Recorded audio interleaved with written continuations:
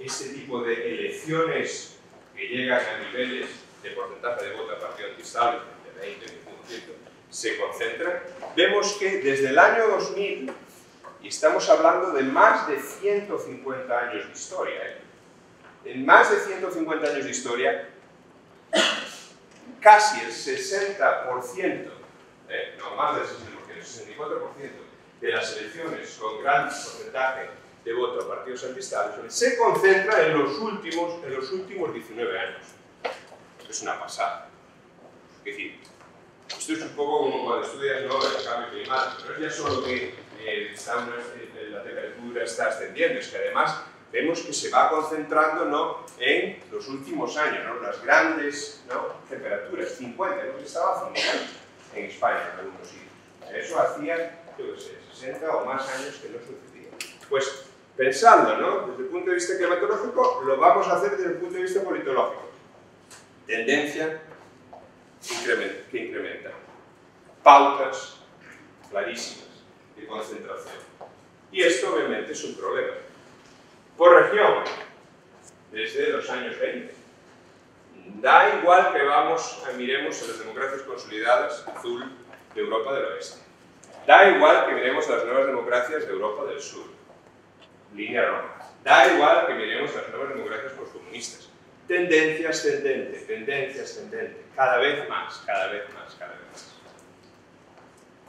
A nivel, ya no agregado, a nivel de país, de caso. Con algunas excepciones, por ejemplo, vemos Alemania, ¿no?, donde en el periodo de entreguerras el nivel de polarización era mayor.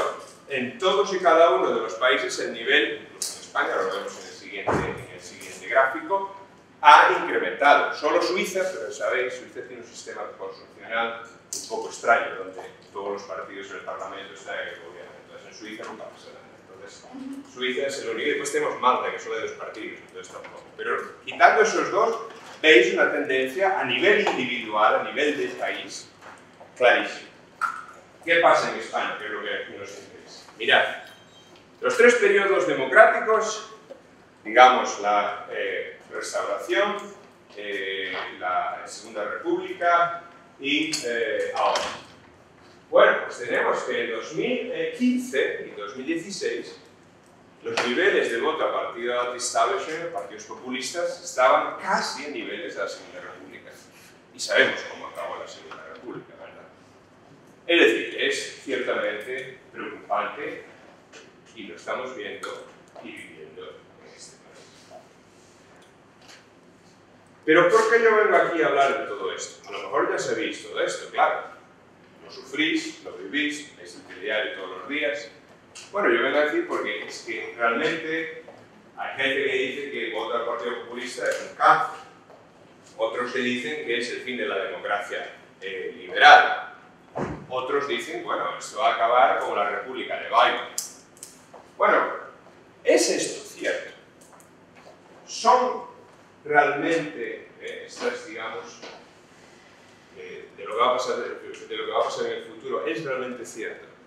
Entonces, aquí estamos politólogos todos, ¿no? Gente que lo que tenemos que hacer es utilizar nuestras herramientas a fin de analizar lo que ha sucedido para ver si, dadas las mismas circunstancias, puede suceder en el futuro, ¿no? Entonces, eso es lo que básicamente hago yo. A mí me gusta mucho escribir artículos, no solo desde la Torre de Marfil en la que nos sentamos todos los académicos, sino artículos que pueden tener influencia en la vida real, que nos pueden dar, ¿no?, una nueva perspectiva, pero una perspectiva analítica y con base científica. Y es un poco lo que voy a dedicar la siguiente parte de mi charla ahora, ¿no? Utilizando una base de datos que yo he tenido el placer de recopilar. Es una base de datos, todos podéis ir a verla, transparente, whogoverns.eu. Ahí tenéis datos sobre todas las democracias europeas desde 1848. Tenéis muchos de los datos que he presentado y de los que voy a presentar y con los que voy a intentar dar una base científica, para eso somos científicos, politólogos, a todas estas cuestiones que voy a enseñar. Entonces la cuestión es realmente, ¿tienen los periodistas razón, los miembros de organizaciones internacionales, los políticos, cuando dicen que votar a partidos populistas, anti-establishment, antiliberales, es peligroso? Bueno, pues entonces lo vamos a hacer desde un punto de vista científico. Esto viene de un trabajo que publiqué en Representation, la revista Representation, con mi colega y amigo José Rama, en donde lo que hacemos es mirar al efecto que tiene el voto a partidos anti-establishment, lo veis aquí en inglés, APEC, Support, en la calidad democrática, utilizando, para medir la democracia, los índices democráticos de BIDEM, que es una base de datos que tiene su base en Estocolmo y que hoy en día se considera, digamos, la base de datos para medir las democracias. Lo que hacemos aquí es controlar por otros factores. No voy a entrar, para aquellos que no están acostumbrados a ver este tipo de gráfico, yo diría, miren la línea vertical del centro. Si las líneas horizontales tocan la línea vertical, significa que ninguno de estos factores, que pueden ser el tipo de régimen, el sistema electoral, la volatilidad, la fragmentación, el desarrollo económico o la edad de una democracia, significa que no tiene un efecto en la variable dependiente, en lo que queremos explicar. Si por el contrario la línea horizontal no toca la vertical, significa que tiene un efecto. Si está al lado izquierdo, significa que el efecto es negativo. Si está al lado derecho, significa que el efecto es positivo. Son diferentes modelos que no voy a explicar ahora. En todos y cada uno de los modelos está clarísimo que cuanto mayor voto a partidos anti-establishment, peor es la calidad de la democracia en el país. Esto se ve aquí clarísimamente. Esto, más gráfico, no lo puedo poner. Da igual que uno vaya al este o uno vaya al oeste. ¿Veis la línea de regresión como tiene una relación negativa con la variable dependiente? Significa clarísimamente que una relación negativa, lo que decía, cuanto más se vote a partidos anti-establishment, peor es la calidad democrática. Da igual que vamos a nuevas democracias postcomunistas o a viejas democracias de Europa del Oeste. Y esto independientemente de la dimensión democrática que vamos a mirar, porque algunos dirán, ah, no, bueno, pero esto puede ser una cuestión de problema electoral. No, no, no. Si miramos la dimensión liberal, tenemos la relación negativa. Si miramos la dimensión deliberativa de la democracia, tenemos una relación negativa. En términos de participación, en términos de igualdad, da igual lo que la dimensión de democracia que tenemos, está clarísimo que cuanto más se vota a partidos anti-establishment en un país, las cosas van peor en términos de calidad democrática. Y la cuestión es, ¿cuáles son las causas? ¿Cuáles son las consecuencias? Es decir, si realmente queremos poner remedio a este problema, y hemos visto desde el punto de vista científico que esto es un problema y grave, pero no es que lo digan los periodistas en el mundo, en el país, o que salga a la tele algún experto y dice, no, no, no, esto es un estudio científico de todos los países europeos desde el siglo XIX. Es decir, más claro, agua. Está, pero necesitamos, para poder solucionar este problema, necesitamos primero saber qué es lo que causa el problema. Solo entonces podremos hablar de los remedios a este problema. ¿Qué dice la literatura? ¿Qué dicen los académicos? Bueno, ya sabéis, ¿no? Es la economía estúpida. La idea es, ¿no?, cuando la gente tiene menos dinero, como está preocupada por el bolsillo, acepta soluciones fáciles a problemas difíciles. ¿Quién ofrece soluciones fáciles a problemas difíciles? Los populistas, los iliberales, los anti-establishment. Hay otros que dicen, no, no, bueno, sí, la economía es importante, pero no es el desarrollo económico, no es el día a día, es que la gran recesión es una pasada, ¿eh? Es que la gran recesión ya no es una crisis económica, es una crisis social, es una crisis política, es una crisis cultural. Bueno, pues, es decir, las grandes crisis son las que nos llevan a este problema que tenemos hoy en día. hay quien dice que es la cultura y hay quien dice que son los partidos políticos. Desde el punto de vista cultural, estoy seguro que habéis estudiado a Lipset y Rockham, una obra, como dice en inglés, seminal. Yo cuando era estudiante pensé que eran 3 personas, Seminal, Lipset y Rockham, porque siempre aparecen juntos en los libros. ¿Qué pasa? Bueno, tenemos un proceso de secularización, tenemos un proceso, ¿no?, de globalización que hace que los clivajes tradicionales, ¿no?, se vayan diluyendo. Realmente ya no tenemos los clivajes que determinaban el voto, es decir, si tú eres un católico ibas a votar por el Partido Cristiano Demócrata, si no eras católico, un Partido Socialista, si eras un trabajador ibas a votar un Partido Socialista, si eras un agricultor, un partido agrario, ya no existe. En muy pocos países se puede decir que los clivajes tradicionales existen. Se habla también del desarrollo de nuevos clivajes. Uno de ellos, que hablaba Ronald Ingerman, hablaba del clivaje postmaterialista. Es la idea de que, dado que en Europa del Oeste tenemos ya una satisfacción económica, bastante, al menos antes de la crisis, bastante buena, la gente empieza a pensar cuestiones culturales, el ecologismo, el derecho al aborto, todas esas cosas, digamos, que ya superan el debate económico. Y obviamente esto supone que aquellos que son contrarios a este tipo de nuevo clivaje, pues reaccionen, y de ahí vemos, por ejemplo, que los partidos de derecha radical surjan en este ámbito, de contraposición a ese movimiento general, en muchos casos en la izquierda, de llevar a cierto punto ciertas políticas liberales. Hay quien, como mi preparador, Peter Mer, pensaba que en realidad el problema son los partidos políticos mismos, que, como la avestruz, ante el cambio social, porque al fin y al cabo la sociedad ha cambiado, evidentemente, han metido la cabeza en el agujero. Se produce entonces la cartelización del sistema de partidos. ¿Qué significa la cartelización? Los partidos políticos dejan de diferenciarse, confluyen en el centro, ya no se distinguen los unos de los otros y dejan los extremos del sistema político vacío. Pero es que hay gente, hay franquistas, hay comunistas, no debemos olvidar eso. Entonces surgen nuevos partidos que intentan representar a estas personas que se han quedado huérfanas, puesto que los partidos tradicionales se han movido hacia el centro. Los partidos han dejado de movilizar, ya no representan.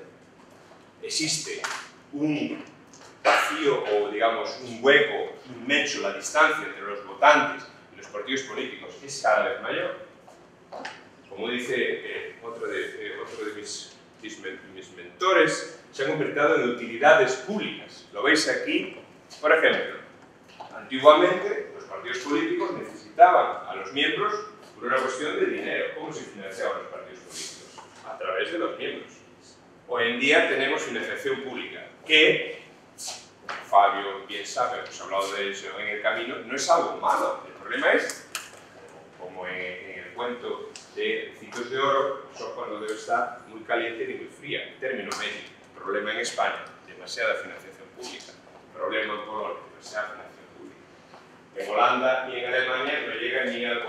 En España está sobre el 80%. Es decir, el 80% de la financiación de los partidos políticos es pública. Claro, vamos a ver, si yo tengo 80% de financiación garantizada, ¿por qué voy a ir al público? ¿Por qué voy a intentar atraer miembros? Es que ya lo tengo. Es más, si me regulo de forma que me protejo, es decir, los partidos políticos han insertado regulaciones en la Constitución, han aprobado nuevas leyes que los protege contra cualquier revolución, salvo que haya una revolución a la francesa, pero si no, están protegidos. Y obviamente, como decía Ingrid, se han convertido en representantes de gobierno. Ya no representantes del Estado, utilidades públicas, no representan a ti o a mí, representan al Estado.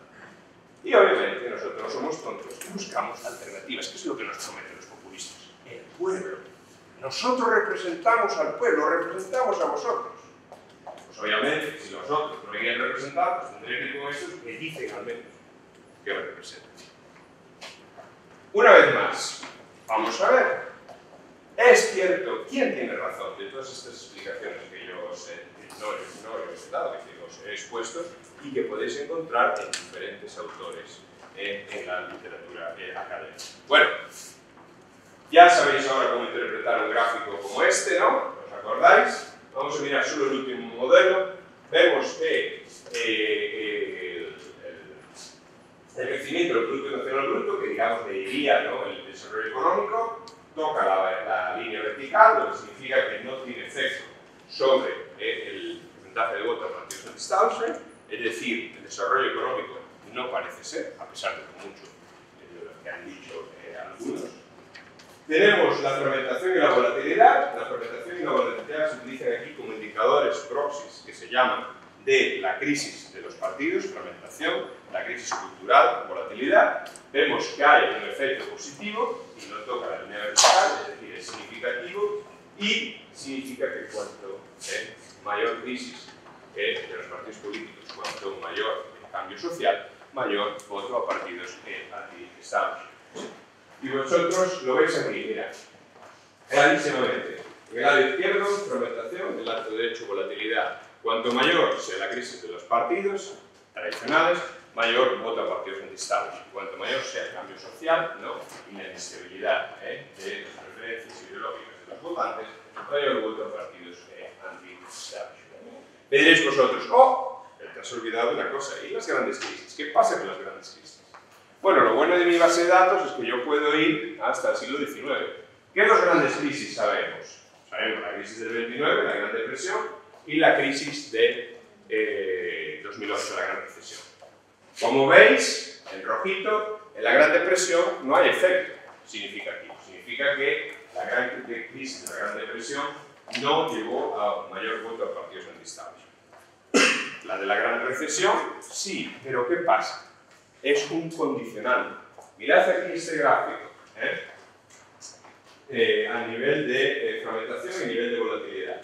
Veis, los puntos es antes de la Gran Recesión, los cuadraditos después de la Gran Recesión. Lo que veis aquí es que la crisis ya viene de antes, ya existe una línea ascendente, sobre todo en términos de la crisis de los partidos políticos, fragmentación. Ya hay una crisis anterior. Y lo único que hace la Gran Recesión es, pues, digamos, espolear la crisis de los partidos políticos. Digamos que la Gran Recesión no es realmente la causa de la crisis, sino que lo único que hace es aumentarla. ¿Okay?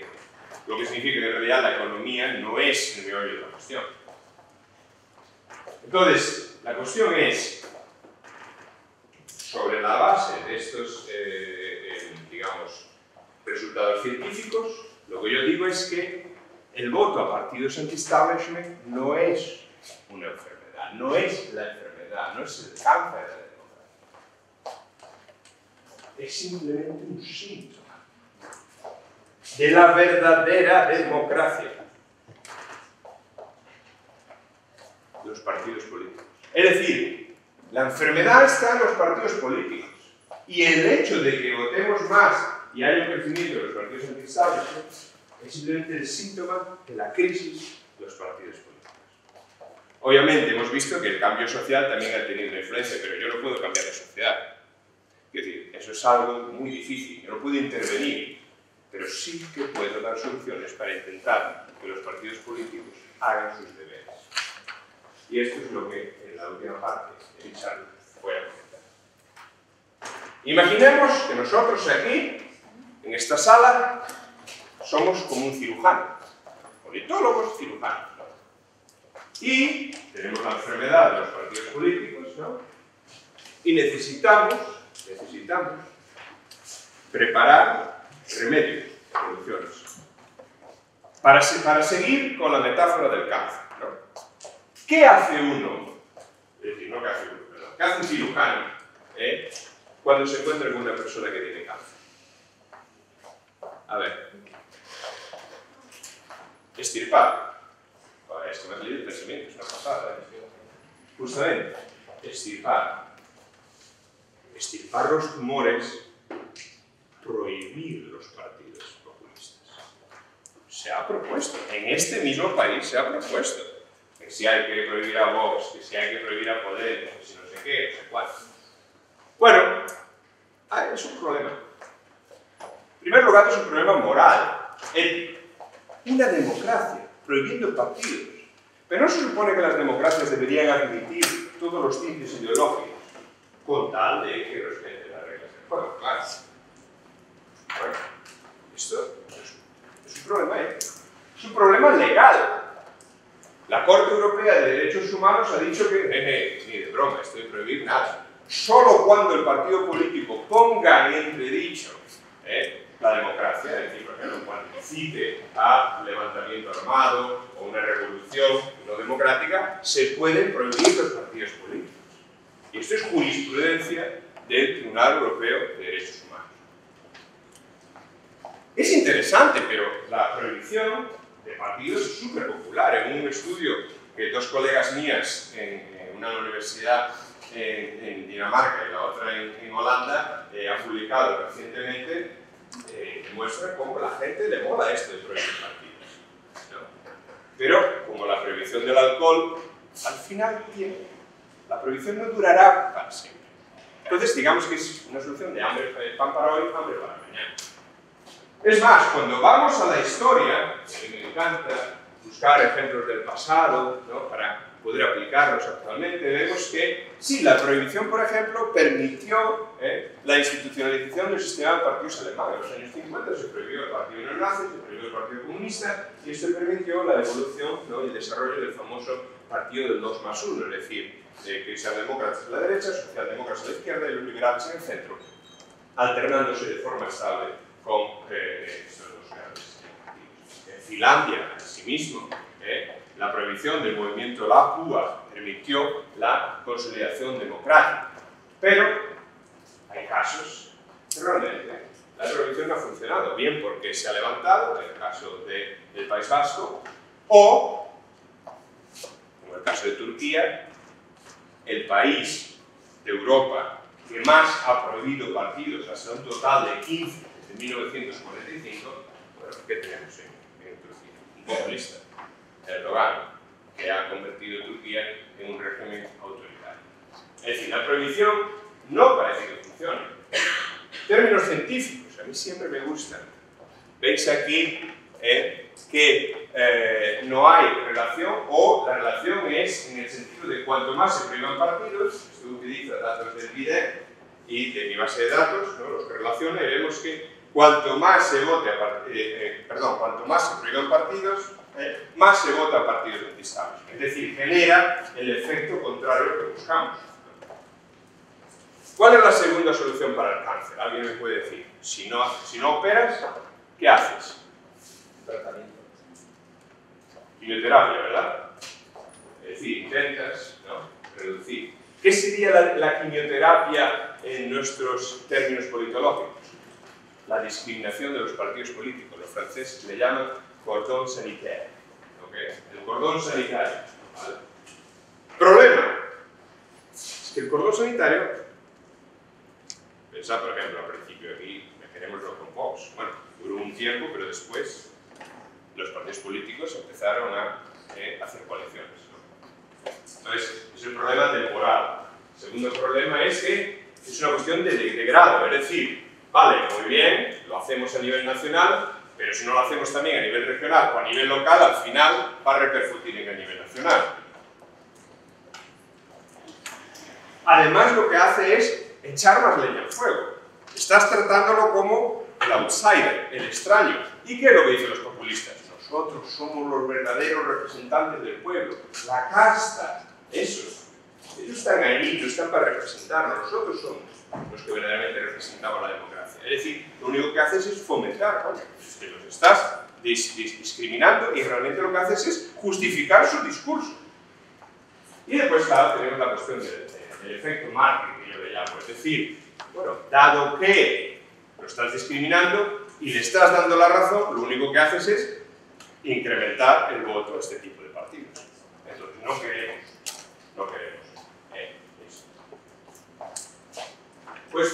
Casos de éxito. Bueno, por ejemplo, la República Checoslovaca, el periodo de entreguerras, en donde los 5 tenían el partido el partido nazi a la derecha, el partido comunista stalinista a la izquierda, los partidos del centro, desde los socialdemócratas hasta los agrarios, los nacionalistas y los conservadores, 5, de ahí que se llamen 5 partidos, se ponen de acuerdo para discriminar y nunca tener relaciones con el partido nazi y con el partido comunista.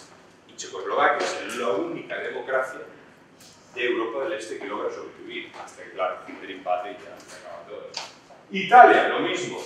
El partido fascista o neofascista, el partido comunista, los cristianos-demócratas, en combinación con los liberales, los socialdemócratas, con los socialistas, logra mantener un sistema de partidos estable y consolidar la democracia. Casos en que no ha funcionado. Bueno, obviamente se empezó con un cordón sanitario con Le Pen, después se lo levantó. Le Pen ha llegado a verdaderamente desafiar la presidencia de Francia en las últimas elecciones. Lo mismo podemos decir que ha pasado con el partido en Bélgica. Es decir, el cordón sanitario no funciona. Tercer remedio, la terapia de hormonas. ¿Cuál podría ser la terapia de hormonas en nuestro, digamos, en lo que estamos hablando hoy? Pues la reconciliación, es decir, o bien, como en el caso del Brexit, adoptamos las políticas, es decir, el Partido Conservador lo que ha hecho es adoptar las políticas del KIP, ¿no? del Brexit. Lo mismo han hecho muchos partidos conservadores daneses. Veremos qué sucede ahora en Suecia después de las elecciones de antes de ayer. O bien, formamos coalición con ellos.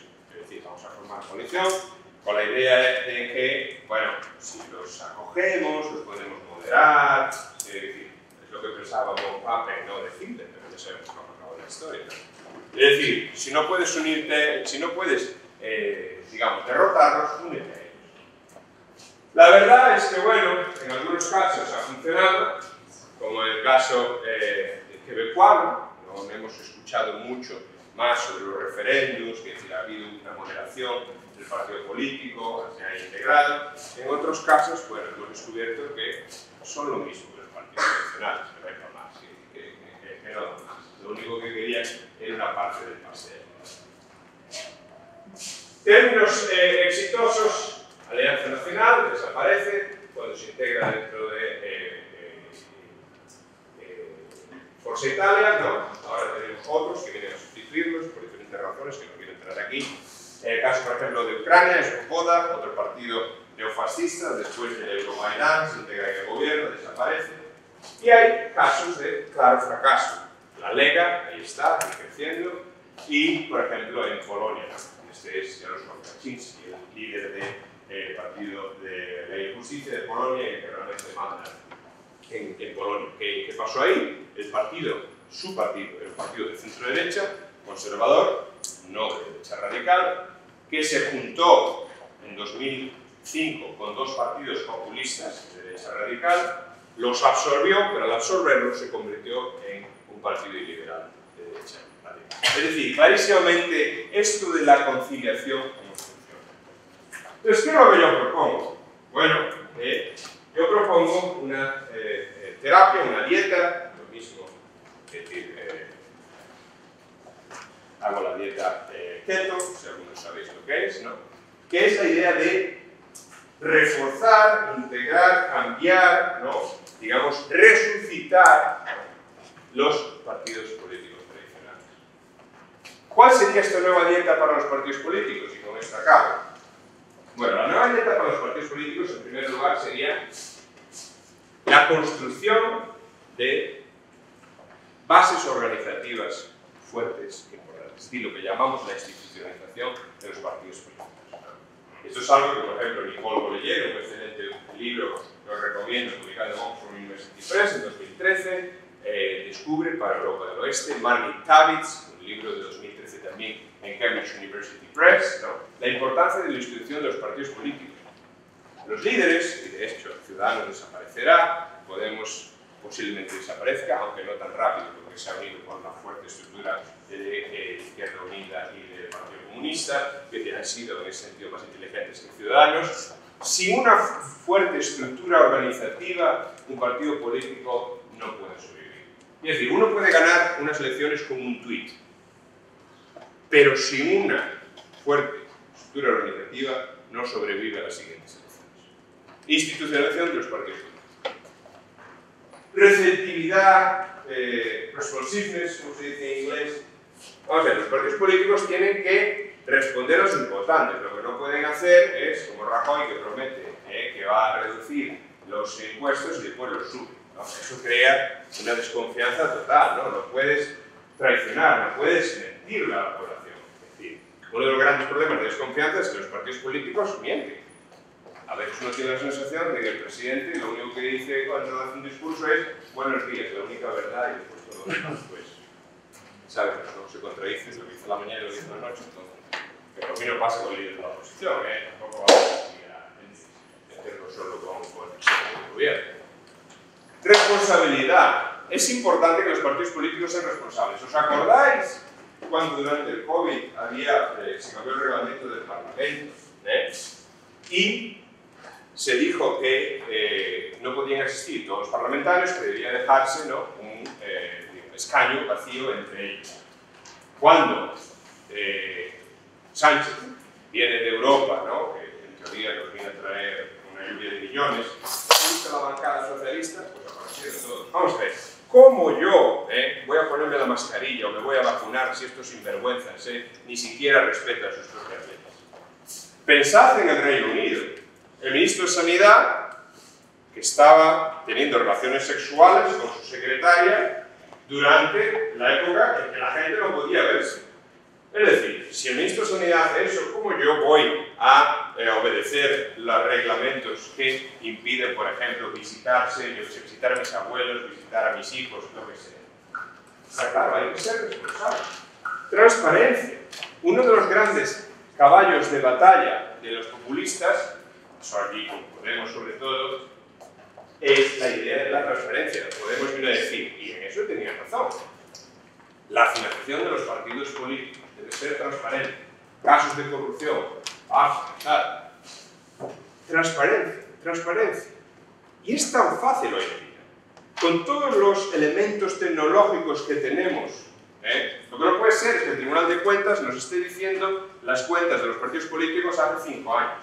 Hoy en día es muy fácil, podría incluso ser en tiempo real. En un estudio que yo he publicado el año pasado en Party Politics, claramente demostramos cómo la financiación pública, que es mucho más transparente, reduce el voto a partidos antiestados.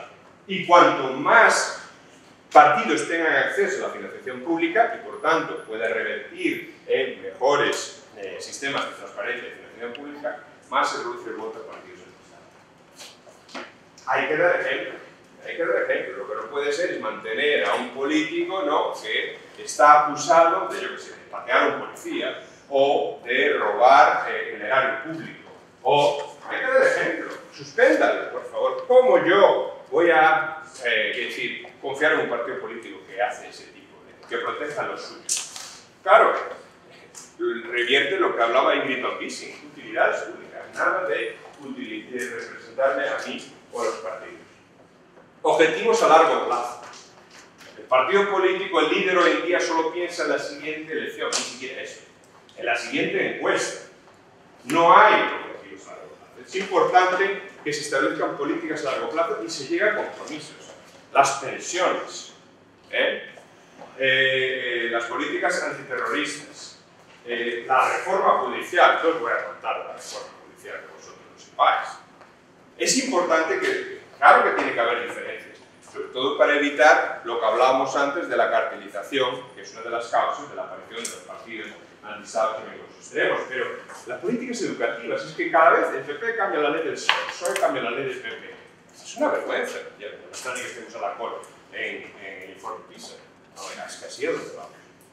Compromisos, es importante en los partidos. Y por último, tener una consideración o una concienciación de la democracia no es un juego de suma cero. Alternancia, respeto a la oposición.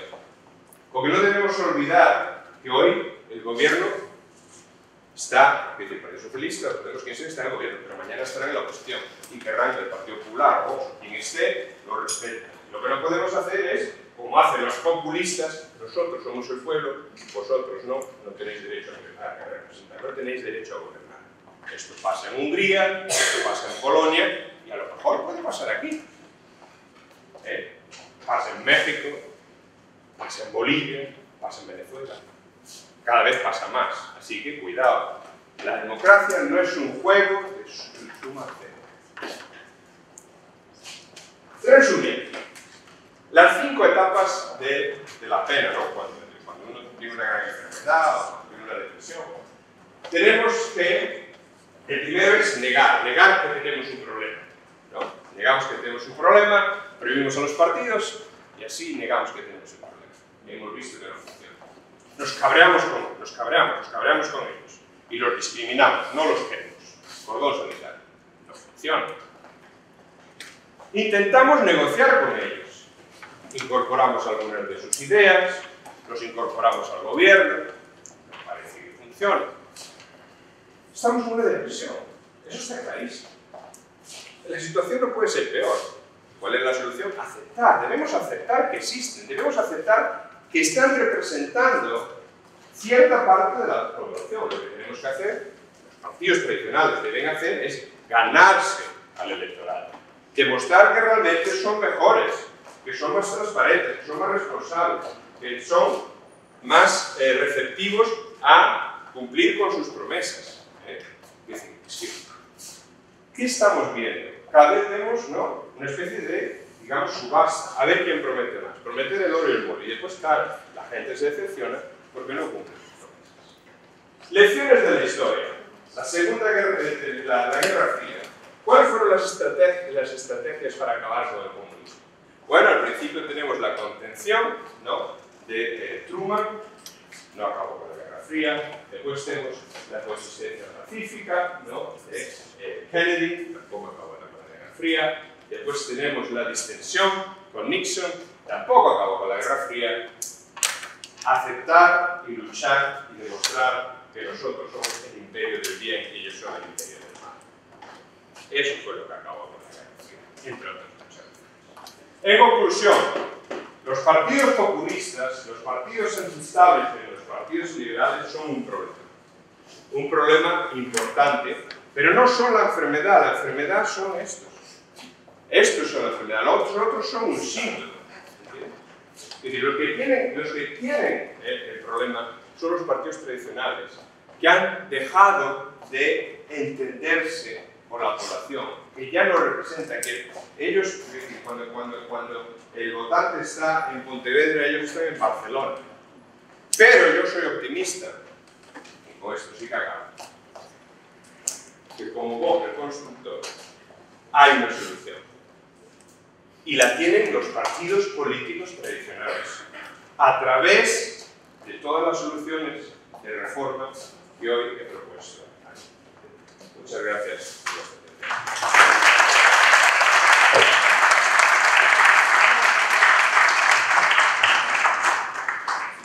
Bueno, muchas gracias, Fernando, por esta interesante, esta clase de partidos políticos y provocadora, yo creo, también, ¿no? Pero bueno, yo creo que este es el lugar ideal para debatir sobre esta cuestión. Yo, si os parece, quería dar la palabra, si alguien quiere hacer alguna pregunta, algún comentario, debatir con Fernando sobre estas cuestiones. Yo, de entrada, voy a aprovechar que estoy en la mesa para preguntarte un poco cuál es la conceptualización que has hecho del término de partido populista, ¿no? Porque bueno, parecería que me falta esa pieza de información para entender cómo has establecido luego todas las correlaciones, las relaciones de causalidad que has planteado a lo largo de la charla. Si te parece, voy a dar la palabra a algunas personas y luego puedes tomar la palabra. Sí, mira, cógete aquí el cuaderno. Víctor, luego Jaime, ¿alguien más por aquí? ¿Te llamas, perdona? Y Cristian. Hacemos tres preguntas y luego volvemos a la mesa. ¿Qué tal? Muy buenas tardes. Muchas gracias por la exposición. Me ha parecido interesantísima. Víctor, preséntate para que lo sepa Fernando. Vale, soy Víctor Alonso Rocafort, soy profesor aquí de Ciencia Política en la facultad. Mi especialidad es la teoría política, pero mis intereses son amplios y variados, ¿no? Bueno, empiezo disculpándome porque me voy a tener que ir por responsabilidades familiares, que tengo que ir a buscar a mi hijo en breve, pero no quería dejar de hacer un comentario y unas preguntas, ¿no?, sobre tu intervención que me ha parecido tan interesante y clarificadora, ¿no? Ha habido varios momentos de la exposición donde decías, bueno, y esto es científico, ¿no? Y nos mostrabas unos gráficos, ¿no? Y entonces, más claro, agua, ¿no? Y nos enseñabas la botella. Y a mí me preocupan mucho estas cuestiones de la ciencia, ¿no? Pues si nos vamos a la revolución cuántica que nos pone el paradigma actual de la ciencia, alguien como Heisenberg, con su principio de incertidumbre, nos ayuda a ver que los sujetos estamos totalmente implicados en los objetos y simplemente por la observación estamos moviendo el primer fotón que se lanza para observar la materia, hace que los electrones ya se nos muevan, ¿no? Entonces, ¿por qué traigo esto? Porque me parece que Heisenberg también nos decía el gran problema de la palabra, ¿no? Que ellos se habían encontrado al aproximarse a la realidad y tenían que emplear metáforas. Los saltos cuánticos, los entrelazamientos, todos son metáforas que no nos dicen exactamente cómo es la realidad, pero nos ayudan. Y ahí conecto con lo que decía un poco Ruth, ¿no? La conceptualización, ¿no? A mí me interesa mucho la conceptualización que haces, efectivamente, de los populismos y luego las agrupaciones, ¿no? Porque en un momento dado decías partidos anti-establishment, pero luego decías antidemocracia liberal y en algún momento has dicho antidemócratas, ¿vale? Entonces, meter ahí desde las imágenes, ¿no?, en un comienzo, pues al líder de Podemos o ex líder de Podemos con el líder de Vox, pero luego hablabas también de los comunismos, ¿no? Y los comunismos son también populismos o no son populismos.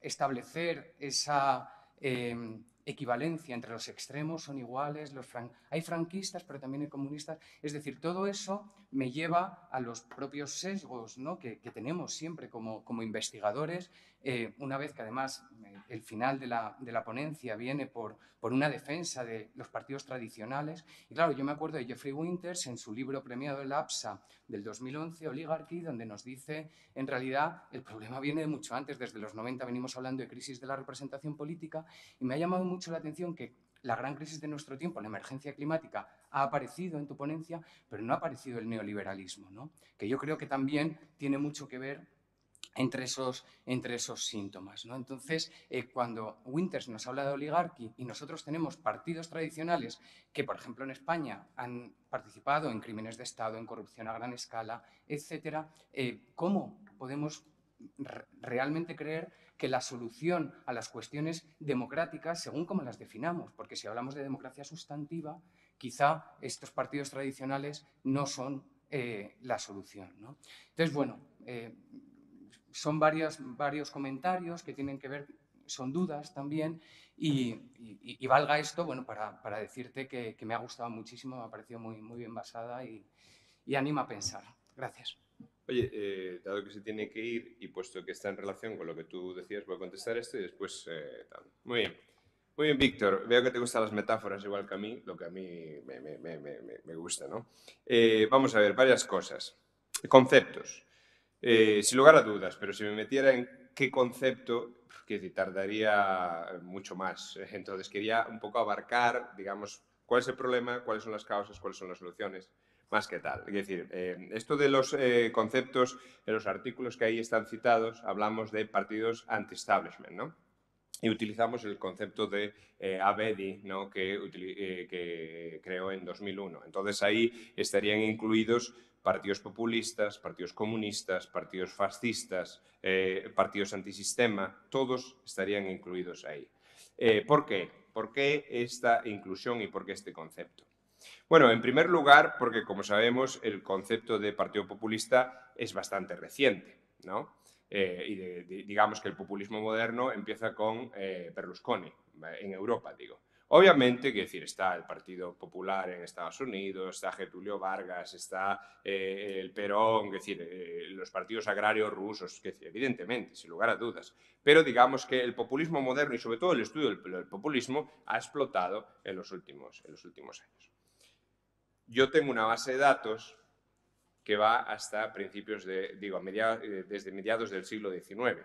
Entonces yo necesito un concepto que me permita abarcar, un poco como Sartori, ¿no? La famosa escalera de estación, que me permita ser lo más englobador posible, ¿no? Entonces, obviamente, partidos populistas en el periodo de entreguerras posiblemente no hubiera tantos. Eran más partidos comunistas y partidos fascistas. Ahora tenemos más partidos populistas, sobre todo en términos de apoyo electoral. Los partidos comunistas y los partidos fascistas se han quedado un poco, aunque bueno, vemos que también incluso ellos están incrementando, ¿no? Y de ahí que mi concepto y lo que tú ves en los gráficos, en la forma de operacionalizar, sea voto a partidos anti-establishment, ¿no? Que incluye, ya digo, populistas, comunistas, fascistas, antisistema. Porque eso me permite tener el análisis global y comparar periodo de entreguerras con la época actual. Si utilizase solo el concepto de partidos populistas, esto no me lo permitiría. Entonces, es una cuestión de la conceptualización. Lo que hablabas tú de los partidos, es decir, de los partidos tradicionales, bueno, es que yo creo que son el problema de los partidos tradicionales, por muchos ejemplos que tú acabas de dar y que obviamente yo no tuve el tiempo pero yo creo en la democracia representativa. Yo soy un poco como, muchas veces termino mi presentación con la famosa frase de Schacht-Schneider, es decir, la democracia está a salvo con los partidos políticos. Yo soy del pensar, a lo mejor es que siendo discípulo de Peter Mer, de Sartori y tal, es lo que me han inculcado, ¿no? Y de ahí que yo creo que hay futuro, no con estos partidos políticos, pero con unos partidos políticos reformados. Es decir, a mí verdaderamente los partidos populistas no me parecen la solución. Yo creo que son los partidos tradicionales responsables que nos permiten. Y lo vemos en algunas democracias, ¿no? Como han logrado atajar o prevenir, es decir, Nueva Zelanda, por ejemplo, es un caso claro. Canadá también podría ser, donde los partidos tradicionales han intentado cumplir las funciones y, por tanto, siguen teniendo el gran apoyo que tienen, ¿no? Entonces, un poco sería esto mi contestación a tus reflexiones, cortando por lo sano, digamos. Bueno, Jaime y luego Víctor, ¿me has dicho? Ricardo. Cristian, vale, ni una edad. Vale. Bien, yo también, en primer lugar, darte la enhorabuena por la claridad de la exposición y por la utilización incluso de la metáfora médica para intervenir en la ciencia política. Mi nombre es Jaime Ferri y soy profesor de Sistema Político Español también. Y creo que, de alguna forma, siguiendo con la metáfora, en el diagnóstico y el tratamiento, se deduce el diagnóstico y el tratamiento porque ya está contenido en las premisas. De alguna forma, se mezcla, y sigo con el concepto de partido populista, partidos que se supone que son igualmente anti-establishment. Quiero decir, en España, en Francia, en Italia, en el eje ideológico no está simétricamente Podemos y Vox. Vox está mucho más cerca del 10. No voy a decir lo que yo pienso, pero lo dicen los españoles. Y Podemos no está tan cerca del 0. Me gusta porque además no me cito a mí mismo. Sánchez Cuenca, el año pasado, en El País, en un artículo muy claro, ya puso de manifiesto cómo este error conducía a la descalificación interesada de Podemos y, de alguna forma, a dar votos al discurso de Vox. De alguna forma, y no te recrimino nada, pero la academia en ocasiones contribuimos a este discurso de la confusión que los medios alimentan. Confusión no diferenciando entre lo que es una cosa y es otra. Y pongo ese solo ejemplo. Mélenchon no es lo mismo que Marie Le Pen. Pablo Iglesias, que ha sido profesor de esta facultad, no es lo mismo que el señor Abascal, que no lo ha sido. Es una metáfora. Y todo es de esa naturaleza. Por lo que recurrir a los partidos tradicionales, lo que quiera la ciudadanía. En todo caso, lo que la ciudadanía decida ilustradamente, con conocimiento de causa, pero no que sea, quiero decir, que la causa sea la defensa, pero lo digo con toda consideración, de los partidos tradicionales. Los partidos tradicionales también se desmoronan.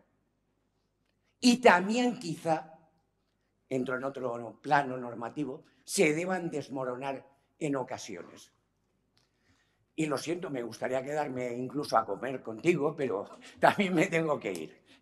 Lo siento que me iré una vez oída tu exposición.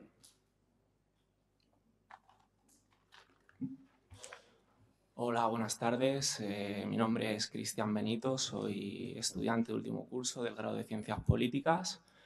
Y bueno, yo le quería preguntar por qué relevancia, qué peso cree usted que tiene la revolución comunicativa en la que nos encontramos hoy día, las tecnologías de la información y la comunicación en el discurso populista, y ¿qué tratamiento cree usted que sería el adecuado? Porque se habla de la limitación de la información, que es controvertido, porque bueno, yo le doy una relevancia bastante importante en las fake news y la infodemia que le llaman en el populismo de hoy día.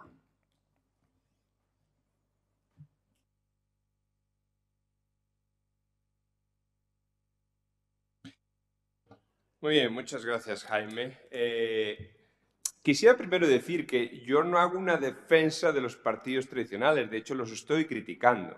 Yo lo que quiero es que cambien. Eso es importante que quede claro por si no quedó claro, ¿ok? En términos de, decir, esto es un poco, ¿no? Ya, como dije antes, depende de qué alto o qué bajo esté uno en la escalera de abstracción de Sartori.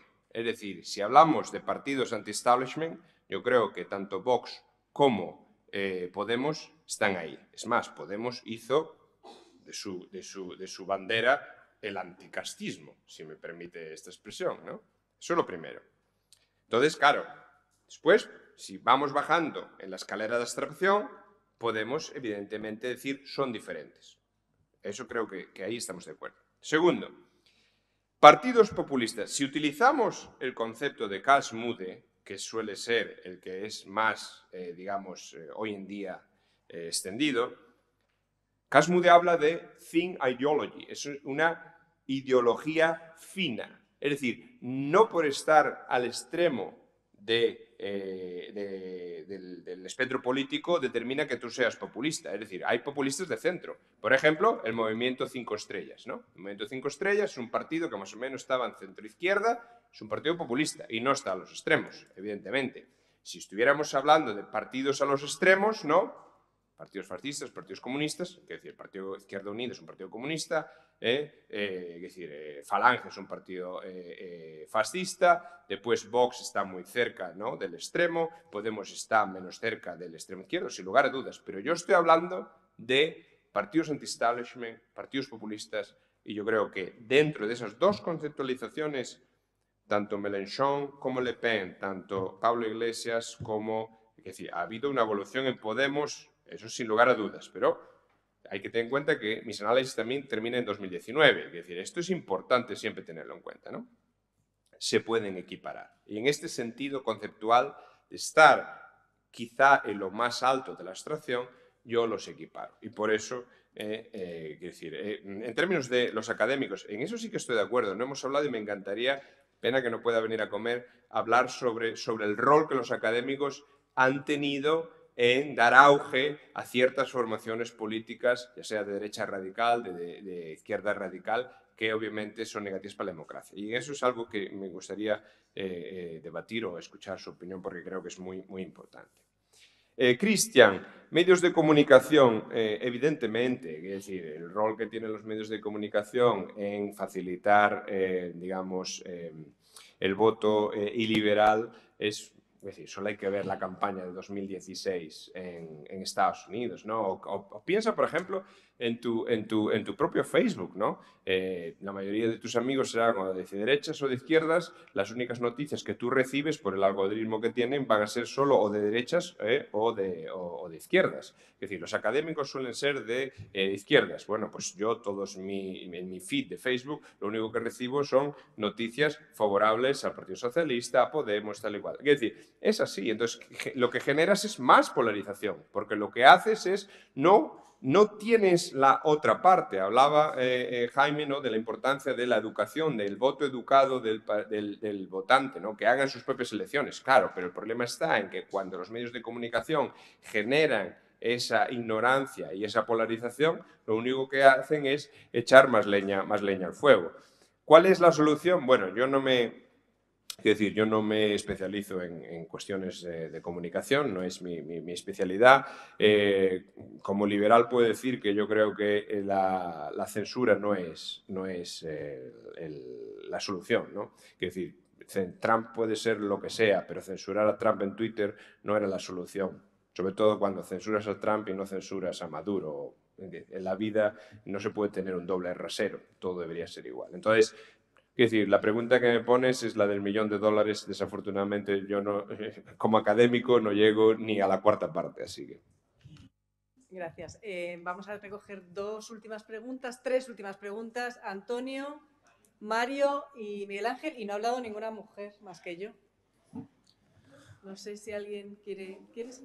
Por allí, Patricia. Venga, gender equality. ¿Empiezo yo? Sí. Buenos días, mi nombre es Antonio y soy graduado en Ciencia Política. Bueno, acabo yo de entrar a la Universidad de Santiago y aquí la Complutense. Ahí, los gallegos al post. Ahí estamos. Bueno, en primer lugar, enhorabuena y muchas gracias. Una gran presentación. Tengo una duda con el concepto central que hemos estado hablando aquí todos, un poco de populismo y de sartoriano. ¿No crees que hay un problema de estiramiento conceptual cuando aplicamos el enfoque de Casmud? Y me explico.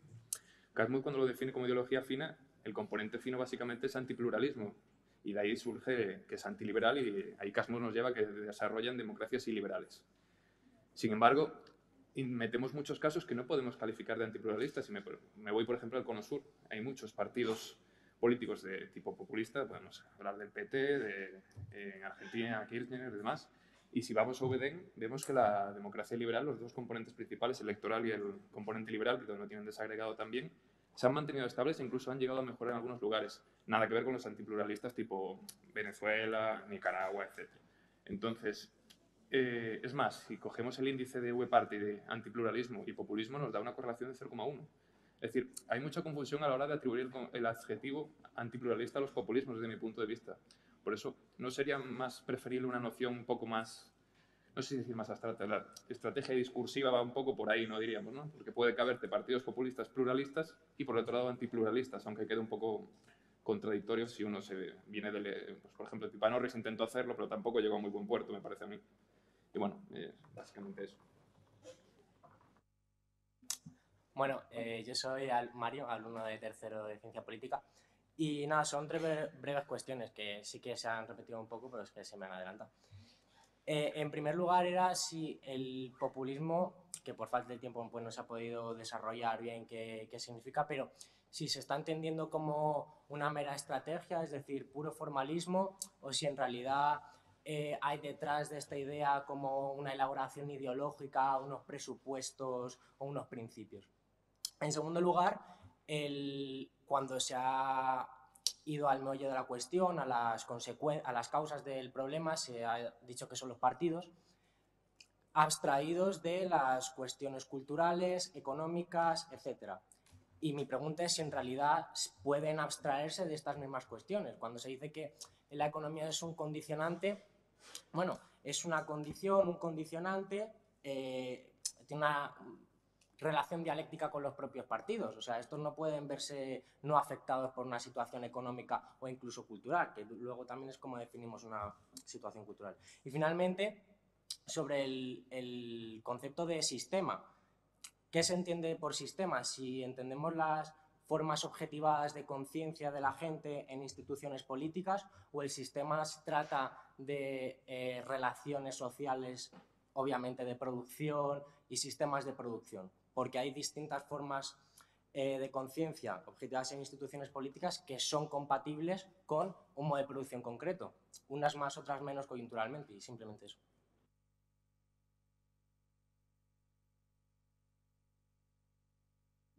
Muchas gracias por la exposición que me ha interesado mucho. Es un tema que me interesa muchísimo. Tengo dos preguntas, una poco relevante, casi una curiosidad, y otra que yo creo que es un poco más de fondo y que sí me interesa un poquito más. La primera, la sencilla, la poco relevante, entiendo. Dices que los partidos tradicionales entraron en crisis, están cuestionados, que han fracasado, y también dices que han fracasado, has señalado que han fracasado en España, has apuntado datos de confianza en partidos políticos, etcétera, etcétera. Pero si miramos en porcentaje de voto, en España en concreto cambia un poco el panorama, y de hecho tú mismo en tu exposición has señalado que, por una parte, has dicho en un momento votamos a nuevos partidos y por otra parte Ciudadanos y Podemos bajan. ¿No? Entonces, simplemente, ¿cómo casamos lo uno y lo otro? En el caso español en concreto, y obviamente en el caso francés, el griego, el italiano es completamente distinto, pero bueno, en el caso español no sé si el diagnóstico de la crisis de los partidos políticos tradicionales concretamente en este momento, en fin, a lo mejor hay que darle una vueltecita. Segundo tema, el que me interesa más en concreto sobre el debate yo estoy totalmente de acuerdo que hay un trasfondo muy bien diagnosticado por Peter Mayer de desafección, alejamiento de los partidos políticos, etcétera, incuestionable. Ese trasfondo está ahí. Pero luego el gran debate sobre el ascenso de los populismos tiene esas dos alas que tú has expresado muy bien, una la de la ansiedad cultural y otra la de la ansiedad económica. Digamos que el debate entre Dani Rodríguez por una parte y Pipa Norris o Ronald Ingerhard por la otra. El tema es, y algún artículo ya va saliendo en esta dirección, que en términos académicos esto produce un debate muy fructífero y muy interesante. Pero en la realidad, por ejemplo, cuando Geert Wilders dice Holanda no puede ser un cajero para inmigrantes, no está claro si está hablando de lo económico o de lo cultural. O cuando Orbán llena Hungría de carteles diciendo inmigrante no vas a quitar el empleo a los húngaros, no está claro si está hablando, de hecho está hablando de lo cultural y de lo económico a la vez. O Marine Le Pen, la inmigración es una amenaza para nuestro sistema de bienestar, para el estado de bienestar, el famoso chauvinismo del bienestar. Está uniendo lo uno y lo otro. Entonces, a mí conceptualmente me cuesta, o cada vez me cuesta más separar, o veo que es muy difícil, entiendo que es muy difícil separar la tesis o la hipótesis de la ansiedad cultural de la económica. No sé cómo has manejado esto, o si lo habéis manejado de alguna manera, o porque en tu exposición fuiste muy claro, y creo que es la línea mayoritaria en los estudios sobre este fenómeno, no es lo económico. Esa es la línea mayoritaria, ¿vale? No es lo económico. No has llegado a decir es lo cultural, pero si has dicho no es lo económico. Pero a mí me cuesta separar, sobre todo en la política real y en el estudio de la política real debería tener impacto, el elemento económico del elemento cultural en el ascenso de estos partidos. Muchas gracias. Muy bien, muchas gracias. Empiezo por el final.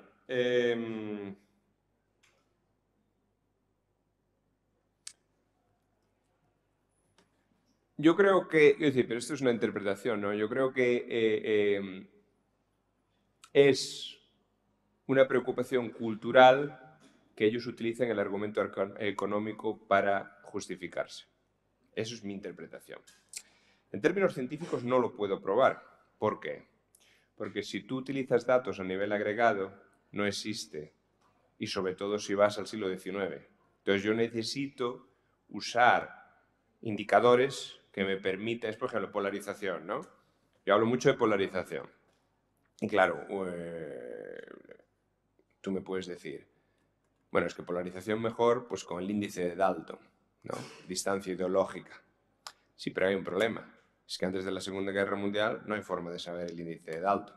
Entonces, esto es importante también, y es uno de los límites del estudio, evidentemente, pero yo soy de los que piensan que es mejor tener algo que no tener nada. Es decir, es mejor tener algo que no es perfecto que no tener nada, ¿no? Y es un poco sobre lo que yo me baso. Sin lugar a dudas, pues pensemos, por ejemplo, en Estados Unidos, ¿no? El voto a Trump, ¿no? La conexión entre la ansiedad cultural y la ansiedad económica, que en cierto modo es también cómo se defiende y cómo juegan en materia de estrategia, ¿no? Que se hablaba antes aquí de si el populismo también puede ser una estrategia. Y de hecho hay varias definiciones de populismo, desde el punto de vista ideológico, desde el punto de vista estratégico, desde el punto de vista de la comunicación, sin lugar a dudas. Es decir, y esto, por ejemplo, hace que el concepto populista se haya extendido. Aquellos que, por ejemplo, utilizan una estrategia populista sin ser un partido populista, también se les llama populistas. Y aquí es un problema, desde mi punto de vista, importante. De ahí que yo prefiera el concepto de anti-establishment. Lo que pasa es que, obviamente, uno tiende a usar conceptos que la gente puede entender más, dado que el concepto de anti-establishment no está tan extendido como puede ser el populista, ¿entiendes? Si yo hago esta presentación con periodistas, le hablo de anti-establishment, los tíos se quedan un poco así. Si le hablo de populismo, inmediatamente ya saben de lo que estoy hablando, ¿no? Entonces, yo creo que en este sentido es importante, pero también existe una extensión del término fascista. Es decir, Vox es fascista y Bildu es fascista. Aquí hay un problema importante, ¿no? De conceptualización. Es decir, los de derecha dicen que Bildu son unos fascistas, los de izquierda dicen que Vox son fascistas. A la hora de la verdad, si uno se pone a pensar, es que ninguno de los dos son fascistas. Fascismo, claro, Renzo de Felipe y todos estos grandes, es decir, los que establecieron el concepto, ¿no? Incluso, yo soy de los que dicen que una democracia no debe ser adjetivada. O hay democracia o no hay. Es decir, la democracia o es liberal o no es democracia. Pasa que obviamente yo utilizo conceptos en términos expositivos y después queremos ser más quisquillosos. Entonces, si aquí tuviéramos solo académicos, no alumnos, tal, entonces quizás hablaríamos desde el punto de vista conceptual mucho más, ¿entiendes? Hablabas tú de cómo se explica el hecho de, bueno, declive de los partidos tradicionales, vota Partido Nuevo, pero aquí cada vez se vota menos a Vox y a Podemos y a Ciudadanos. Bueno, primero, los datos que yo os pongo son siempre a nivel europeo. Es decir, obviamente hay países en donde los partidos tradicionales lo llevan mejor, peor. Es cierto también que si uno ve esta perspectiva histórica, el PSOE sacó el peor resultado de su historia en 2016, ¿no? Es decir, nunca desde la Segunda República había sacado tantos. El Partido Popular en 2019, ¿no? Entonces, clarísimamente, es decir, antes es que llegaban que al 80% más, es decir, y ahora que llegan al 50% y raspado, ¿no? Es más, cuando ves el gráfico ese de polarización o el porcentaje de voto a partidos anti-establishment, ahí, por ejemplo, Vox y Podemos van juntos de la mano porque los dos son tratados como partidos anti-establishment y se ve que hay un incremento exponencial. Veremos ahora qué pasa en las próximas elecciones. Sabemos que Ciudadanos va a desaparecer, Podemos, Dios dirá, yo creo que Vox ha alcanzado techo. Veremos, veremos. Es decir, yo escribí un artículo en 2015 en el Washington Post donde decía, bueno, vamos a ver, no nos volvamos locos. Aquí lo hagáis, un cambio en el sistema de partidos, de un sistema de dos partidos a un sistema de dos bloques, que es lo que realmente ha habido, ¿no? Es decir, que también decía España no es Grecia, porque la gente decía, ¿no?, de la pasopización y tal y cual. Obviamente tenía razón, ¿no? Y yo creo que vamos a ver lo que pasa en las próximas elecciones. Aún así, es evidente que el poder que el PP y PSOE tenían antes de 2011 no lo tienen y yo creo que no lo van a tener. Entonces, esto un poco hay una aquí compensación, ¿no? Y sobre todo porque lo que vemos es que, siguiendo un poco con la metáfora médica, son pues como vasos consanguíneos, es decir, cuando Vox sube, PP baja, cuando Podemos sube, PSOE baja y viceversa, ¿no? Entonces tenemos aquí esta compensación. Hablabas tú de La tercera pregunta sobre qué entendemos por sistema. Yo aquí me refiero al sistema político, democracia liberal. No entro aquí en, por ejemplo, cuestiones económicas, si debemos tener neoliberalismo, si tenemos que tener corporativismo. Ahí yo hablo de la democracia liberal, el sistema político, el respeto a las reglas del juego, el respeto a la Constitución. No, es decir, eso es, en ese sentido, es con lo que yo entiendo sistema, ¿no? Partidos antisistemas son aquellos que quieren cambiar las funciones esenciales, no, los elementos esenciales del sistema, y a veces incluso por, digamos, métodos no democráticos, ¿no? Entonces, en ese sentido, pues obviamente el partido neofascista de Italia, el partido comunista, los tradicionales, ¿no? Incluso no tradicionales, en la República Checa o incluso Portugal, el partido comunista es de corte stalinista. Bueno, participa en las elecciones, sí, pero si pudiera, ¿entiendes? Que eso es lo que ellos defienden. Tú vas a leer su programa, pues hombre, son partidos antisistema, ¿no? Eso es lo que, según la definición de Sartori. Tu segunda cuestión, bueno, yo es que ¿son capaces de abstraerse? Bueno, evidentemente no, pero yo lo que defiendo es la necesidad del compromiso. En una democracia todos debemos ceder. Todos debemos ceder. En cuestiones económicas es más fácil, porque puedes llegar a los impuestos los subimos, pero podemos subir hasta un cierto punto. O intervenimos estas empresas, bueno, las puedes intervenir en cierto punto. En términos culturales es más difícil. Pero yo incluso creo que en términos culturales siempre podemos llegar a un compromiso. La ley del péndulo no funciona. Es decir, tenemos ahora aborto a la carta, prohibimos el aborto. Eso no es la función. Matrimonio homosexual, es decir, no matrimonio homosexual. No, podemos llegar a compromisos. Podemos, por ejemplo, tener uniones homosexuales legales, pero no llamarle matrimonio. Eso podría haber sido en su día un compromiso. Es decir, alguien en democracia tiene que ceder. Podemos tener el aborto, pero es un crimen, pero hay ciertos supuestos. Siempre hay una forma de llegar a compromisos. Estoy hablando en cuestiones culturales que un poco podamos decir.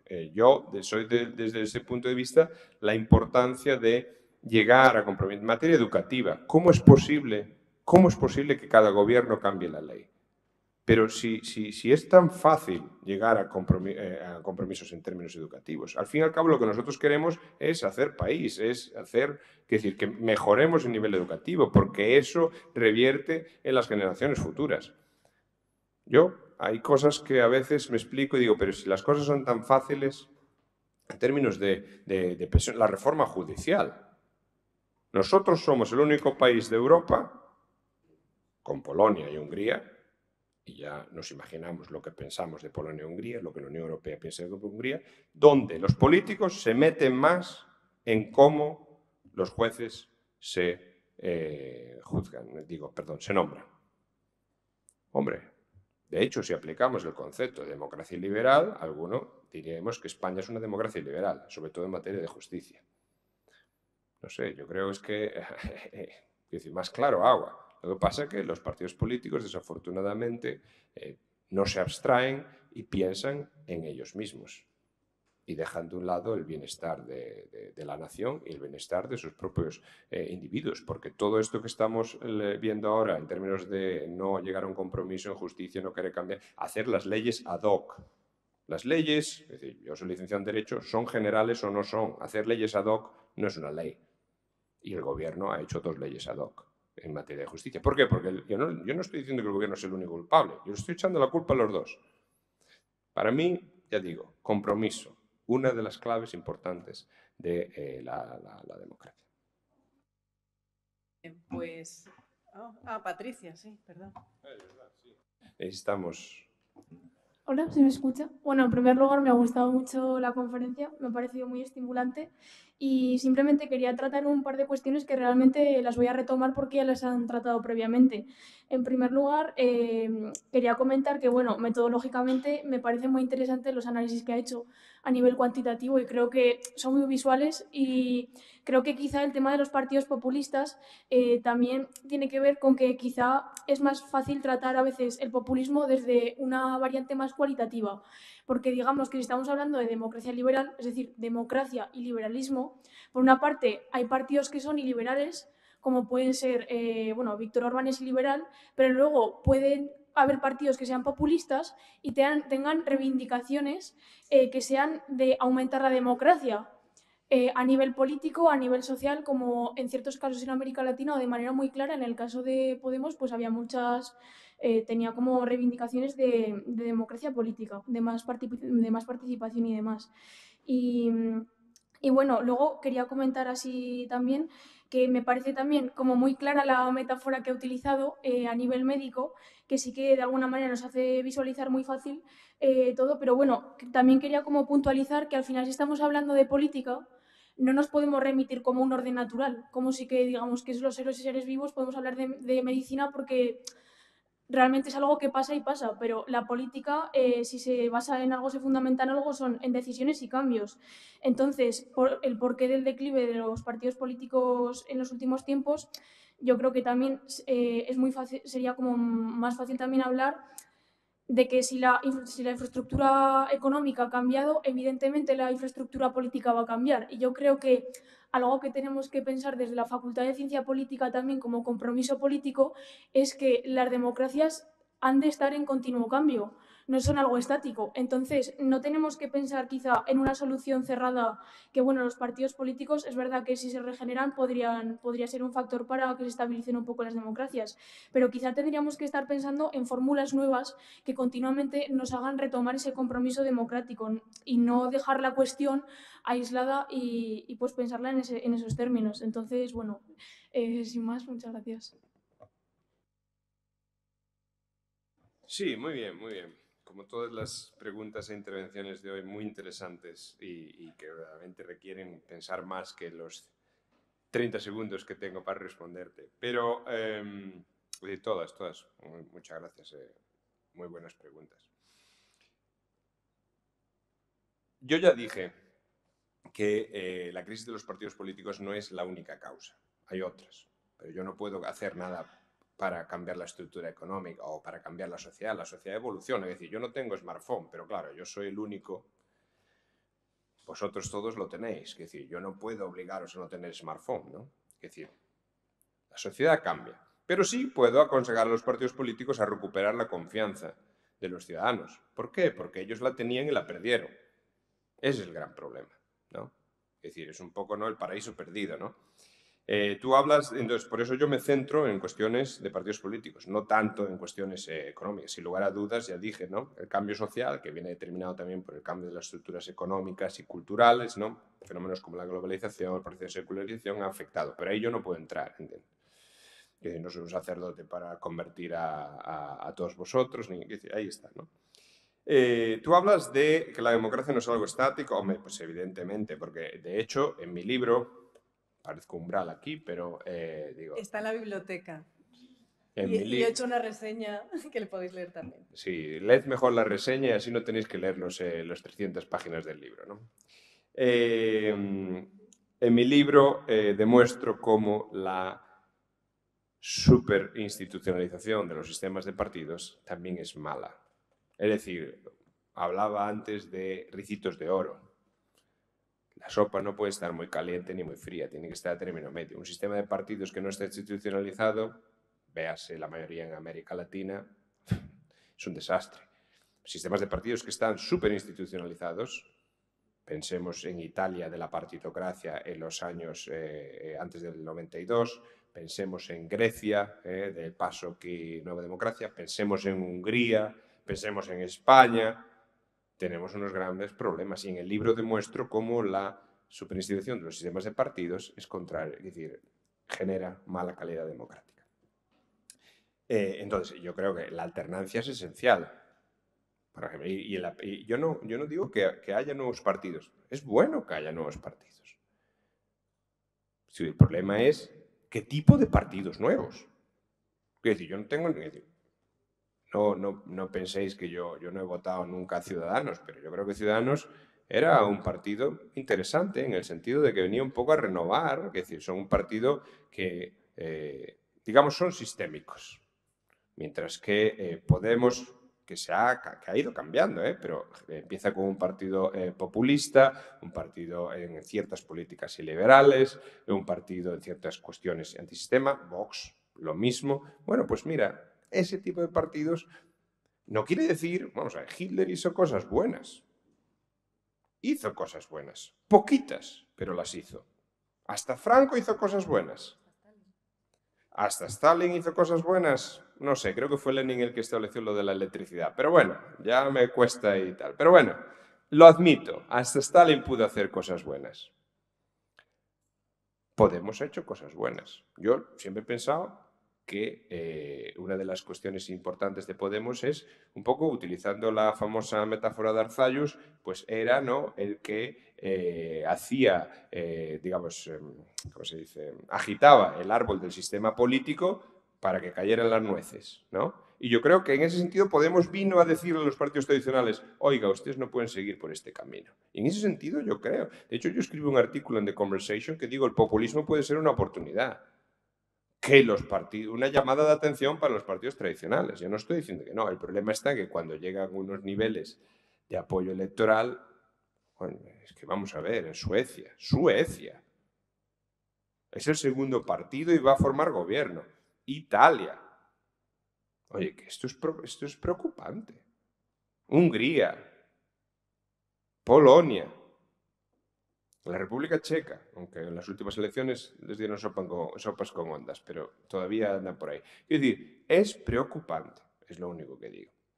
Y ya, bueno, también hablar del rol de la agencia. También esto era algo que tenía para la pregunta de Víctor. Yo creo que la agencia es muy importante. Aquí no son solo las superestructuras. Yo creo que las personas pueden cambiar. Y de ahí la importancia que yo digo de los partidos políticos. Con un buen líder pueden cambiar. Cuestión cuantitativa, cualitativa, sí, sin duda estoy de acuerdo. De hecho, yo soy, es decir, a pesar de todas las regresiones y los grafiquitos que veáis, yo soy más cualitativo. Lo que pasa es que si uno quiere generalizar, si uno quiere, es decir, yo no soy de los que piensan que hay una solución para el problema y vale en todos los contextos. Yo creo que el contexto es muy importante, pero si uno quiere generalizar, ¿no?, necesita métodos cuantitativos. Tú hablas de, ya digo, algunos partidos han venido a intentar aumentar la democracia. Ya digo, Podemos ha hecho cosas buenas. Es decir, yo creo que es muy importante, por ejemplo, la idea que tenían, ¿no?, de hagamos referéndums con la membresía. El problema está en que cuando haces una pregunta que la única solución, la única respuesta posible es a favor de lo que dice el líder, ¿es eso democracia interna? ¿Es eso un referéndum bien hecho? Hombre, pues que no, ¿no? También venían a reformar el sistema financiero, ¿no?, a criticar la corrupción de los partidos tradicionales. Hombre, pues parece ser que la financiación de Podemos tampoco era muy legal, ¿no? Digo Podemos, como puede decir Vox o como puede decir Partido Popular. Pero entiendes, es una cuestión de hipocresía. Es decir, criticamos y me parece bien. Yo creo que era muy interesante algunas de las soluciones que proponían. Pero, la última ya cuestión es, te hablabas de aumentar la democracia. Bueno, es que yo no soy de los que piensan que para curar la democracia necesitamos más democracia. Yo creo que eso es algo errado. No puedo entrar aquí porque podríamos estar una hora hablando sobre ello, pero yo creo que no es la solución. Es decir, la democracia interna de los partidos políticos, realmente miremos los líderes de algunos partidos de centro derecha o de centro izquierda. Es decir, ¿por qué? Porque ¿quién vota en los partidos? Los miembros. Los miembros son, ya hemos visto, pocos. ¿Y quiénes son esos pocos? Los más extremos. Entonces, no me extraña que tengamos los líderes que tenemos. La democracia interna no es la solución para la democracia de un país. Es decir, yo soy de los que piensan que mayor democracia no lleva, en los partidos, por ejemplo, no lleva a mayor democracia en los países. Muchas gracias. Bueno, pues vamos a dar por finalizada aquí la conferencia. Muchísimas gracias, Fernando. Ha sido un placer tenerte en la Facultad de Políticas y esperamos verte de nuevo. Muchas gracias a todas y a todos por venir. Gracias.